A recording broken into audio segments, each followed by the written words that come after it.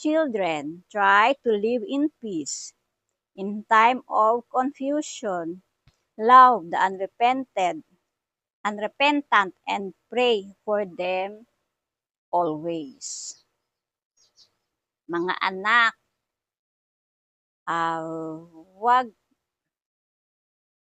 pa-sway, wag padala sa free thinking. So, ano po yung free thinking?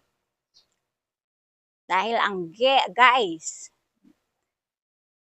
ni Satan, ang pagbabalat kayo niya ay free conscience na yun nga, free thinking, pwede mong gawin to, okay lang yan, mahabagin ang Diyos. Ayun ang mga free thinking na yun nga, okay lang yan, walang walang impyerno, mapagmahalan Diyos, ganon. So, sabi, okay lang yan, okay lang, mag-enjoy ka, ganon. Yun ang mga guys ni Satan. Live in meditation, mabuhay sa meditation, sa pagdadasal. Meditation sa agony ng aking anak. Yun nga, tuwing magdadasal, laging isa sa isip ang mga pagdurusa ng ating Panginoon.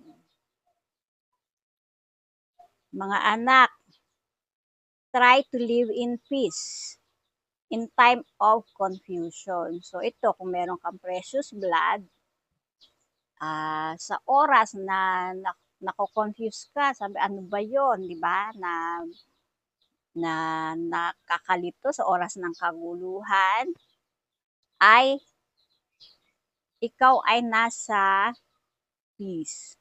Dahil dito sa chaplet ng precious blood at sa pananalig at pananampalataya natin sa ating Panginoon. Love the unrepentant and pray for them always. At para doon sa mga hindi pa nagsisisi, ipanalangin din sila palagi.